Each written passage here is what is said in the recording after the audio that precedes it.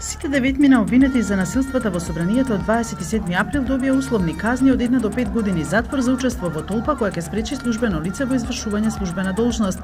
На прашањето дали се свесни што сториле, адвокатите на обвинетите рекоа дека се свесни и дека се каат. Синдикатот на Македонската дипломатска служба информира дека раководството на Министерството за надворешни работи во петокот на 19 мај донело одлуки за назначување на заслужни партиски кадри избрани преку незаконски распишани интерни конкурси од пред еден месец за 20 на дипломатско-конзуларни представништва, и тоа како што тврдат по завршувањето на работното време. Полицијата во Манчестер потврди дека е уапсено 23-годишно момче во врска со вчерашниот самоубиствен терористички напад во Манчестер арената за време на концертот на музичката звезда Ариана Гранде, во кој загинаа 22, а 59 лица се повредени. Претходно Ројтерс објави дека луѓе бегаат од трговскиот центар Арндейл, откако сведоци изјавиле дека слушнале силен тресок.